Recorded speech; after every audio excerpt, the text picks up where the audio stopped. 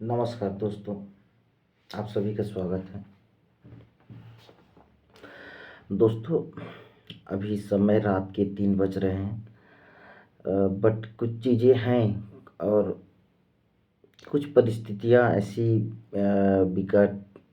विकल हो चली जाती हैं समय के साथ। तो कुछ एक अजीब सा जीनोफोबिया, जिसको बोले एक अनजाना अनचाहा कुछ डर है, अवांछित जो डर है, उसको लेकर दोस्तों एक अंतरात्मा में भी एक अपने आप एक मतलब एक घुटन, एक सहमापन जो होता है। क्योंकि हमारी जो आज परिस्थितियाँ हैं, ना केवल हमारी परिस्थितियाँ, क्योंकि अंतर्राष्ट्रीय लेवल पर जो आज अंतर्राष्ट्रीय स्तर पर जो राष्ट्र हैं, जो नेशंस हैं, जिस तरीके से इवॉल्व हुए थे, जिस तरीके से हम देखते हैं अमेरिकी क्रांति, फ्रांसीसी क्रांति, जहाँ पे दोस्तों जैसे फ्रांसीसी क्रांति से बंधुत्व, स्वतंत्रता, समानता, फ्रेटर्निटी, इक्वलिटी, फ्रीडम की ये सारी जो अवधारणाएँ आई थी, ये जो चीज़ें थी, जो मानवाधिकार, जो ह्यूमन राइट्स अमेरिकी क्रांति से आई, ठीक है? ये सारे कहीं न कहीं क्षुब्ध होती जा रही हैं, लुप्त होती जा रही हैं। लोग, व्यक्ति, पीपल, एक तरह से देखें तो आप जैसे गजा की स्थिति, जो एड में, जो न्यूज़ में गजा की स्थिति जो आप देखेंगे, जो हमास और जो इज़राइल कॉन्फ्लिक्ट है, इसके जो परिणाम स्वरूप जो आज गजा की स्थिति है, जो वहाँ के जो बच्चे, महिलाएँ, जो बुज़ुर्ग हैं, जिस तरीके से वहाँ पे अकाल जो क्राइसिस हुई हैं, जो संकट की परिस्थिति बनी है, ठीक है? इसको देख के आज ऐसी स्थिति कि ना कहीं हमारे समक्ष और हमारे बच्चों के सामने ना खड़ी हो जाएं।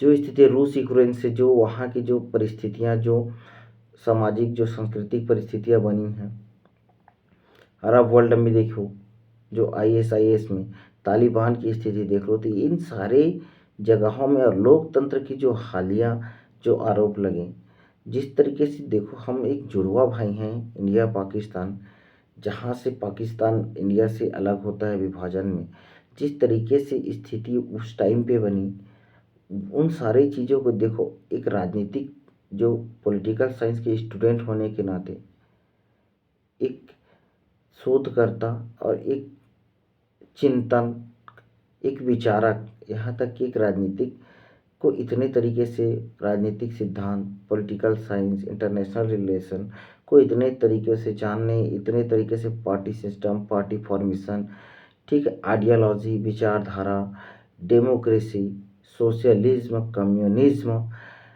ये सारी चीज़ों को, जो साम्यवाद, जो समाजवाद है, जिस तरीके से इवॉल्व होता है, जिस तरीके से 1991 में यूएसएसआर का डिसइंटीग्रेशन होता है, जिस तरीके से लिबरलिज्म, कैपिटलिज्म, जो पूंजीपति है, जो उदारवाद है, जिस तरीके से बढ़ती है, जिस तरीके से असमानता, इनइक्वलिटी अधिकतर और अंततः चरम पर पहुंच जाती है दोस्तों। एक कैपिटलिस्ट सोसाइटी में अनैतिक, विकृत एक समाज जिस तरीके से बनता है, लोगों के अधिकारों को, लोगों के हितों का, जो जो रहवासी हैं, जो स्थानिक हैं, जो इथनिक पीपल हैं, जो जनजाति लोग हैं, उनके जिस तरीके से अधिकारों का हनन होता है, उनके रिसोर्सेज, जो जल जंगल ज़मीन है और उसके अंदर भाई प्रचुर खनिज संसाधन का शोषण करने के लिए, जिस तरीके से मोलेस्ट करने के लिए एक जो राजनीतिक प्रेरणा शक्ति पाकर, जो कैपिटलिस्ट, जो पूंजीवादी विचारधारा जिस तरीके से आगे बढ़ती है, इस डर को मार्क्सवाद और नव मार्क्सवादियों ने, जो न्यो मार्क्सिस्ट और कार्ल मार्क्स ने बहुत पहले भांप लिया था, जिसने हिस्टोरिकल जो मेटेरियलिज्म पे, ऐतिहासिक भौतिकतावाद के नाम पे, ठीक है, ये पूरे सोसाइटी, पूरे समाज को जो दो वर्गों में, जो एक पूंजीपति और एक सर्वहारा वर्ग में एक कॉन्फ्लिक्ट, एक संघर्ष का युग बताया। जो प्राचीन समय में भी जो लैंडलॉर्ड्स और जो जिस तरीके से सोसाइटी वहाँ पे लैंडलॉर्ड्स और जो कृषक समुदाय जो स्लेव के जो संघर्ष रहा, और जो आधुनिक युग में जो औद्योगिक क्रांति के बाद जो कैपिटलिस्ट पूंजीपति क्लास है और जो कामगार वर्ग के बीच संघर्षों का जो रहा। तो ये सारी चीज़ें हैं दोस्तों। और आज की जो भारत में जो लोकतांत्रिक जो संकट, लोकतांत्रिक जो जो इंस्टीट्यूशनल ऑटोक्रेटिक जो जिस तरीके से दोस्तों जो संस्थागत जो जो संस्थान है वो निरंकुशता की ओर बढ़ा है, जो संस्थागत निरंकुशता की ओर बढ़ा है, जिस तरीके से डेमोक्रेसी की जो एक लोकतंत्र की जिस तरीके से मीडिया जो बायस्ड मीडिया है, लोकतंत्र को जिस तरीके से विकृत रूप से तोड़ा मरोड़ा जा रहा है, नुकसान किया जा रहा है, ये सारी चीज़ें एक पॉलिटिकल साइंस के जो विद्यार्थी के नाते अ, हृदय एक अजीब टाइप से विदारत से भर जाता है दोस्तों, सोचने पे कितने राजनीतिक सिद्धांत, कितने विचारों की क्यों उसी ओर फिर चला जा रहा। ठीक है, हमने इतने अच्छे से जाना कि क्यों हन्ना अरेंट को इतने अच्छे से पढ़ा, ओरिजिन ऑफ टोटलिटेरियनिज्म, कि कैसे एक सर्वाधिकारवाद के रूप में एक विकृत तानाशाही के लिए, उसकी विचारधाराओं के लिए लोग स्वयं को महान बताने के लिए, और ये खोखले खोखले विचारधारा को, जो एक विनाश की विचारधारा को लेकर दौड़ जाते हैं, जिससे जर्मनी और फाइनली सेकेंड वर्ल्ड वॉर के रूप में, और यहाँ तक जापान को हिरोशिमा नागासाकी में जिस तरीके से नरसंहार, जिस तरीके से होलोकॉस्ट हुआ जर्मनी में, जिस तरीके से आज तक जो न्यूक्लियर वार हुए, जो कि परमाणु की जो जो फैलाव एक्सप्रेशन सन से जिस तरीके से कैंसर से लोगों को जूझना पड़ता है, इन सारी चीज़ों ने दोस्तों लोगों को सीखना चाहिए था। हमने तो पढ़ा जाना और इसकी विनाश लीला को समझा।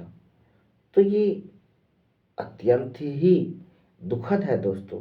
और हम जिस संस्कृति में, जिस भारतीय परिवेश में, जिस एक सोसाइटी जो एक सॉलिडारिटी की, जो एक भाईचारा की, जो एक समावेशिता की, जो लोकतंत्र में जो समाज ने हमने बना था, आज हमारे जो बुजुर्ग पीढ़ी भी हैं और नवयुवा बच्चे भी हैं, ये लोग हमेशा एक अजीब सा जो हमारे स्वतंत्रता सेनानियों ने जो 70-75 साल आज जिसको झेल लिए आपने, जिसके लिए आज़ादी करी थी, 200 वर्षों के जिसमें गुलामी था वेस्ट इंडिया कंपनी के द्वारा, जिस तरीके से एक व्यापारिक कंपनी बनी, हमें गुलाम बनाया।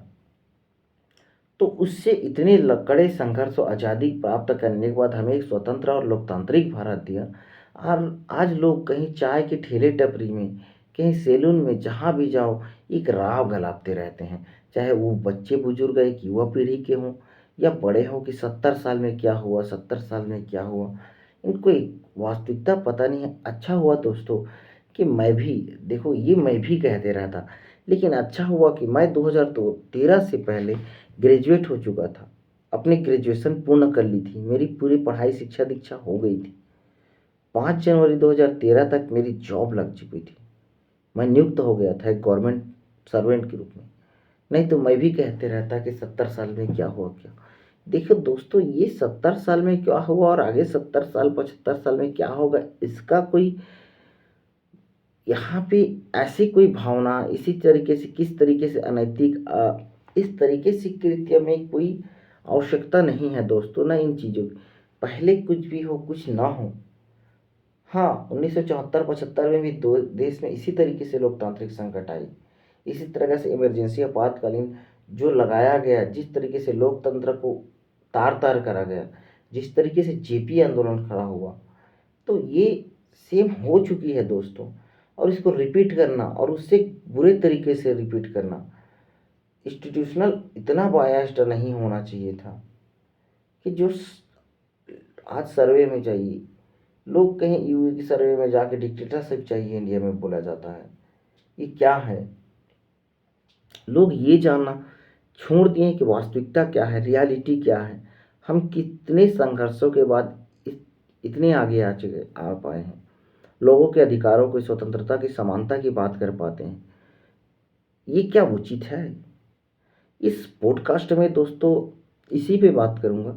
और देखो, जब हृदय विदारत हो जाता है ना दोस्तों, तो ऐसे लेख करने पड़ते हैं ताकि कल भविष्य में इतिहास लेखन हो, इतिहास लिखा जाए 50 साल 100 साल बाद आज के समय में, तो जो ब्लैक अक्षर में, जो ब्लैक लेटर में जो लिखा जाएगा, काला अक्षर में किसी इतिहास के पन्ने को, तो उस समय देखो ऐसा ना हो कि हम, किसी ने नहीं बोला था, किसी ने नहीं समझाया था, किसी ने नहीं टिकाया था सतर्क रहने को, तो हम उस लोगों में, एक राजनीतिक सिद्धांत का स्टूडेंट होने के नाते उन लोगों में खड़े होना चाहते हैं जो कि अनेक आज के छात्र, विद्यार्थी, टीचर इन वास्तविकताओं से दूर भागना चाहते हैं। डर, क्योंकि अपने उनको बिजनेस की, अपनी पढ़ाई की, अपनी करियर की, अपने फ्यूचर की डर बना है। लेकिन अब एक्चुअल में लोकतांत्रिक देश राष्ट्र रहे ही ना, तो क्या वो उचित रहेगा आपके लिए?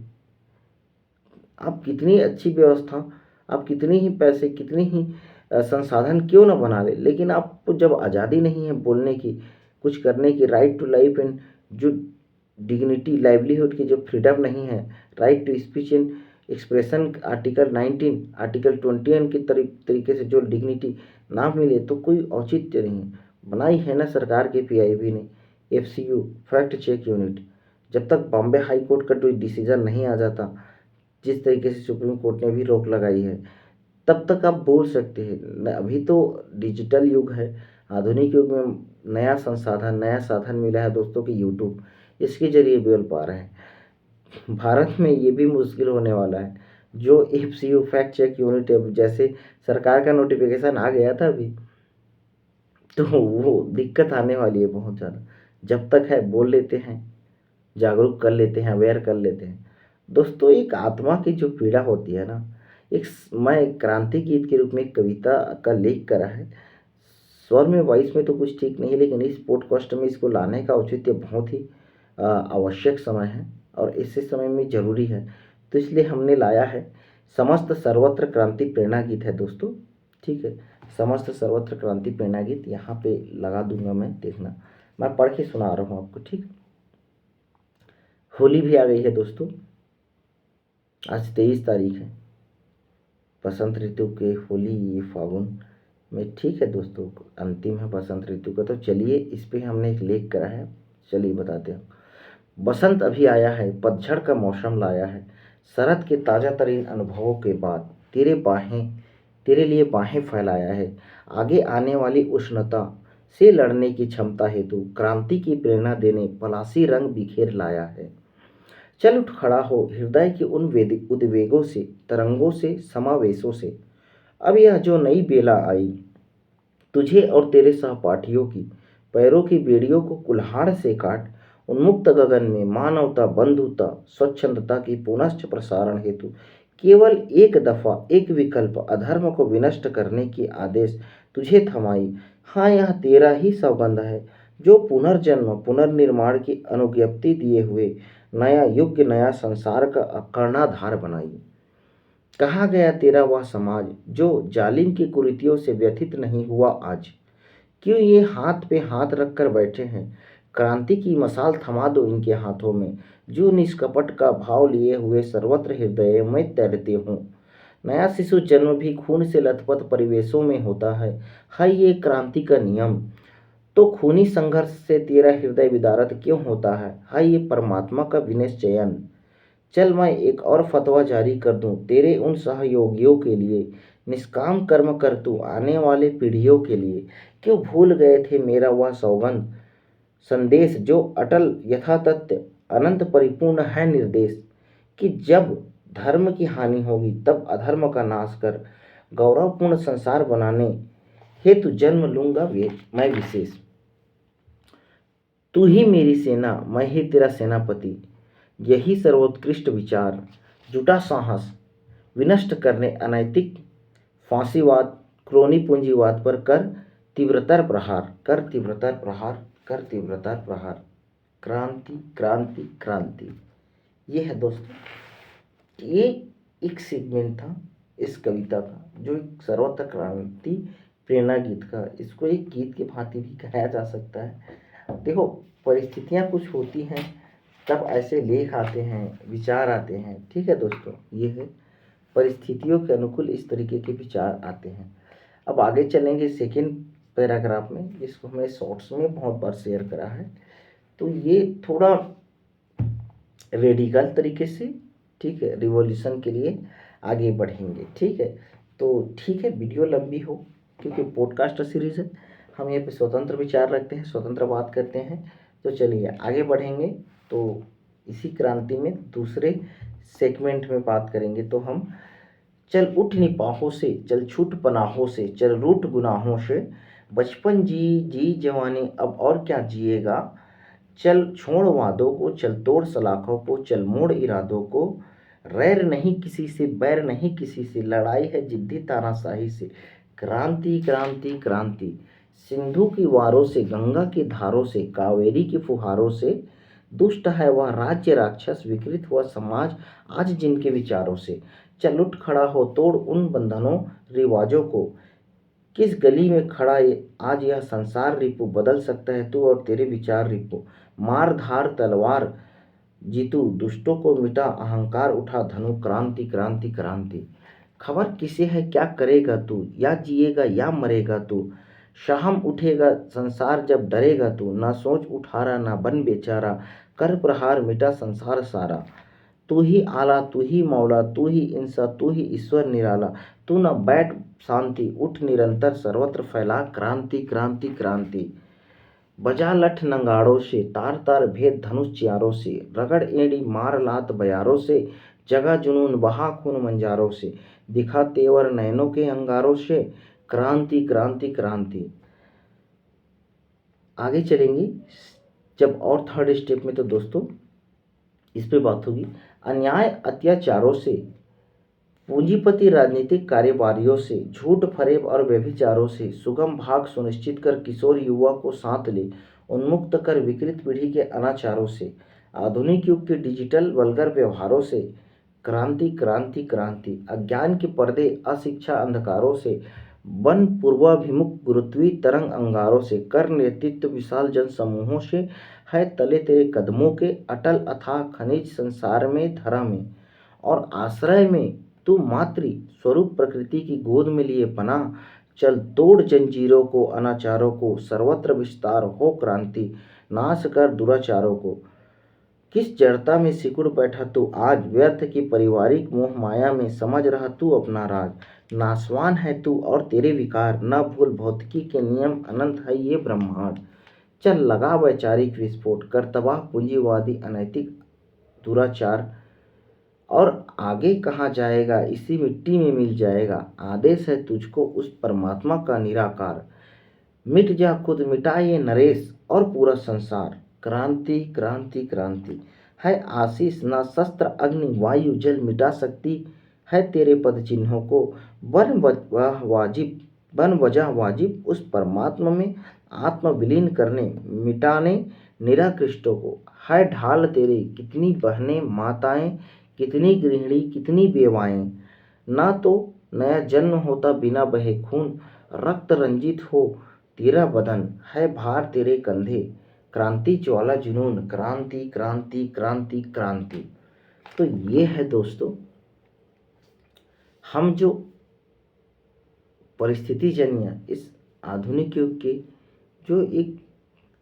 जो पूंजीपति कारोबारियों एक राजनीतिक प्रोपेगेंडा के द्वारा जिस तरीके से समाज को तोड़ा जा रहा है, मरोड़ा जा रहा है, हमारे जो लोकतांत्रिक अधिकार है, हमारे जो मूल्य है, जो डेमोक्रेटिक वैल्यूज़ हैं, जो हम एक सोसाइटी में जो एक गंगा जमुनी की जो तहजीब थी, इसको जिस तरीके से कुरेदा जा रहा है, मिटाया जा रहा है, एक पॉलिटिकल साइंस के जो छात्र, एक राजनीतिक विज्ञान के छात्र होने के नाते मैं इन चीज़ों को जायज़ नहीं ठहरा सकता दोस्तों। जिस तरीके से बायस्ड इंस्टीट्यूशन हो रहा है और ऑल ओवर लेवल पे हमें इंस्टीट्यूशनल ऑटोक्रेटिक स्टेट के रूप में देखा जा रहा है कि संस्था का निरंकुशता के रूप में, तो आज शासन प्रशासन में हम इतने मेहनत कर हम इतने रात और दिन पढ़ाई के बाद, इतनी मेहनत करने के बाद शासन प्रशासन में आते हैं, तो लोकतंत्र के एक गौरवपूर्ण लोकतंत्र के लिए आता है, एक नए समावेशिता और एक जो जिस शासन की जो योजना का, जो संविधान की जो भावना का, जो संविधान की जो व्यवस्था का लाभ लेकर इस परिवेश इस परिस्थिति में हम आ पाते हैं, तो वो औरों को भी मिल पाए, न कि उस परिवेश में अगर मैं कल को पहुंचा या आज मैं उस परिवेश में एक संवैधानिक पद पे हूँ, तो मैं औरों को के लिए बाधा बनकर जो लोकतांत्रिक मूल्य के द्वारा लाभ लेकर मैं पहुँचा हूँ, तो क्यों दूसरों को मैं नुकसान पहुँचाऊँ? उस पद में, उस लोकतांत्रिक मूल्य में जाकर तब तो मेरे और हिटलर में कोई अंतर नहीं रहेगी। वो भी एक लोकतांत्रिक प्रक्रिया से आया था, ठीक है दोस्तों? और वो भी एक कानून, एक संविधान के रहकर कानूनों को अपने हित में एक खोखला तरीके से वो संशोधन करने लगा और जितने कृत्य करा, हन्ना अरेंट ने इसमें लिखा कि उनको सारी चीज़ें वैधानिक जो उनके बनाए कानून के अनुरूप उचित था, तो होलोकॉस्ट भी उचित था। और जो होलोकॉस्ट आज झेला जो यहूदी ने, वही आज किसी और को, गजा को पानी की सप्लाई देकर, इतने विकृत मानसिकता लेकर, माइंडसेट लेकर लोगों को एक आतंकवादी गतिविधियों को खत्म करने के नाम पे नष्ट करे जा रहा है। पानी सप्लाई कर जो बच्चों, नए आधुनिक युग के बच्चे, तो क्या ये हिंसा, ये वैमनस्य, क्या यह क्रोध क्या मिटेगी? नहीं मिटेगी। ये अंततः फैलेगी और स्प्रेड होगी और स्प्रेड होगी। लोगों को ये तोड़ने की है। कितना भी आप तोड़ देखो, अगर आप किसी चीज़ को, इसी को तो गांधी जी ने कहा ना, आँख के बदले अगर आँख चाहोगे तो पूरा विश्व अंधा हो जाएगा। तो आपको इस चीज़ों को समझना है। किसी को इस तरीके से आप आतंकवाद से लड़ने के लिए इस तरीके से नए युग के बच्चों को आप नहीं सजा दे सकते। क्या विचार, क्या माइंडसेट, क्या चीज़ आप फैलाना चाह रहे हैं संसार में? यहाँ पे देखना, देखो ग्लोबल पुलिसिंग के काम करने की बात करता है यूएसए, कैपिटलिस्ट पूंजीपति को जो बढ़ावा देकर, वो कहाँ गई उसकी नैतिकता? वो स्वयं बढ़ावा देकर ये ऐसे चीज़ों को सपोर्ट कर रहा है क्योंकि उसे अपने हथियार बेचने हैं। तो ये अनइथिकल है दोस्तों।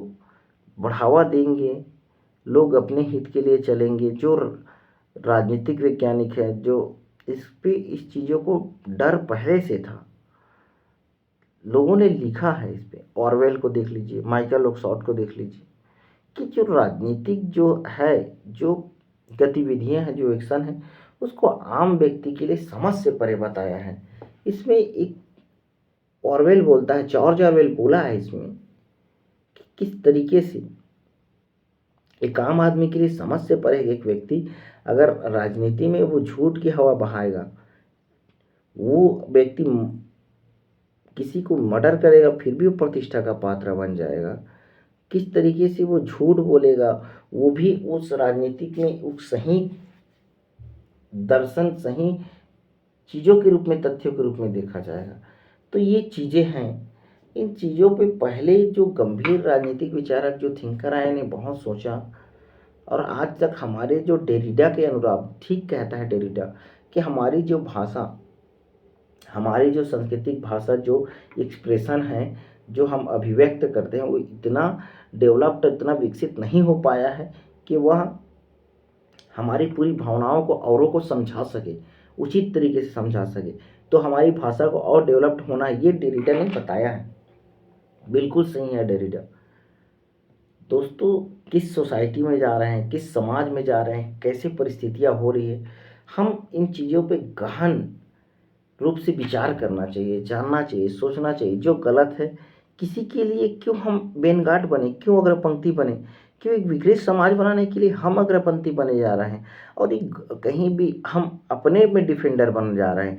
जैसे वहाँ पे एक हिटलर के जो ऑटोक्रेटिक जो वहाँ की उसकी जो गवर्नमेंट बनी, जो उसके जो तानाशाही जब बिहेवियर था, तो उसके साथ जो भी हिटलर के साथ था दोस्तों, जो उसके ब्यूरोक्रेसी में थे, जो उसके प्रशासन तंत्र में, जो उसके सैनिक थे, वे सभी अपने आप में छद्म प्रतिष्ठा, गर्व का महसूस करते थे। और अंततः फाइनल जब हन्ना अरेंट ने इंटरव्यू करा, उसने लिखा कि जिसने इतने नरसंहार किए, जो उनके ब्यूरोक्रेसी में था हिटलर का, उसे खुशी थी, गौरवान्वित महसूस करता था, प्राउड फील करता था कि उसने ऐसे होलोकास्ट जैसे नरसंहार कृत्य में अपना महत्वपूर्ण भागीदारी दिया, ऐसे कृत्यों को करा, ठीक है। और वो सरकार के प्रोपेगेंडा में फंसकर इतने गलत अनैतिक कृत्यों को करने में भी वह अपने आप को, अंत में जब हिटलर खत्म हो गया, पूरी सोसाइटी व्यवस्था खत्म हो गई सेकेंड वर्ल्ड वॉर में, तब भी इंटरव्यू के बाद वो बताता है कि उसे गर्व महसूस था। तो क्यों न कहीं ये लोगों के वैचारिक उस भावना को घर करने की वजह से, जो आज भी सेम वही है, उसे तथ्यों के बारे में जानकारी नहीं है, ना उसे इतिहास पता है, ना उसे राजनीति पता है, ना तो राजनीतिक सिद्धांत पता है, लेकिन वो बने हैं कि देश में लोकतंत्र के बारे में बात करेंगे, अंतर्राष्ट्रीय संबंध के बारे में बात करेंगे, कुछ पता नहीं होने के बावजूद भी।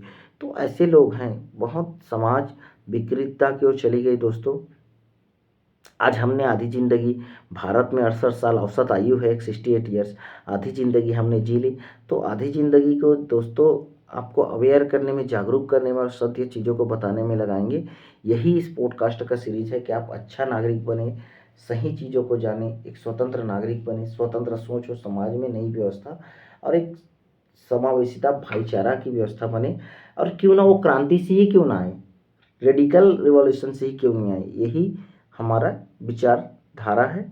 और ऐसे ही हम एक भाईचारा, समावेशिता और लोकतांत्रिक क्रांति के विचार को लोगों के सामने लाना चाहते हैं। ठीक है दोस्तों, इतना ही इस पॉडकास्ट में। पुनः नमस्कार आप सभी को। बने रहिए, स्वस्थ बने रहिए, मस्त बने रहिए, लोकतांत्रिक विचार और अवधारणा को बनाए रखिए।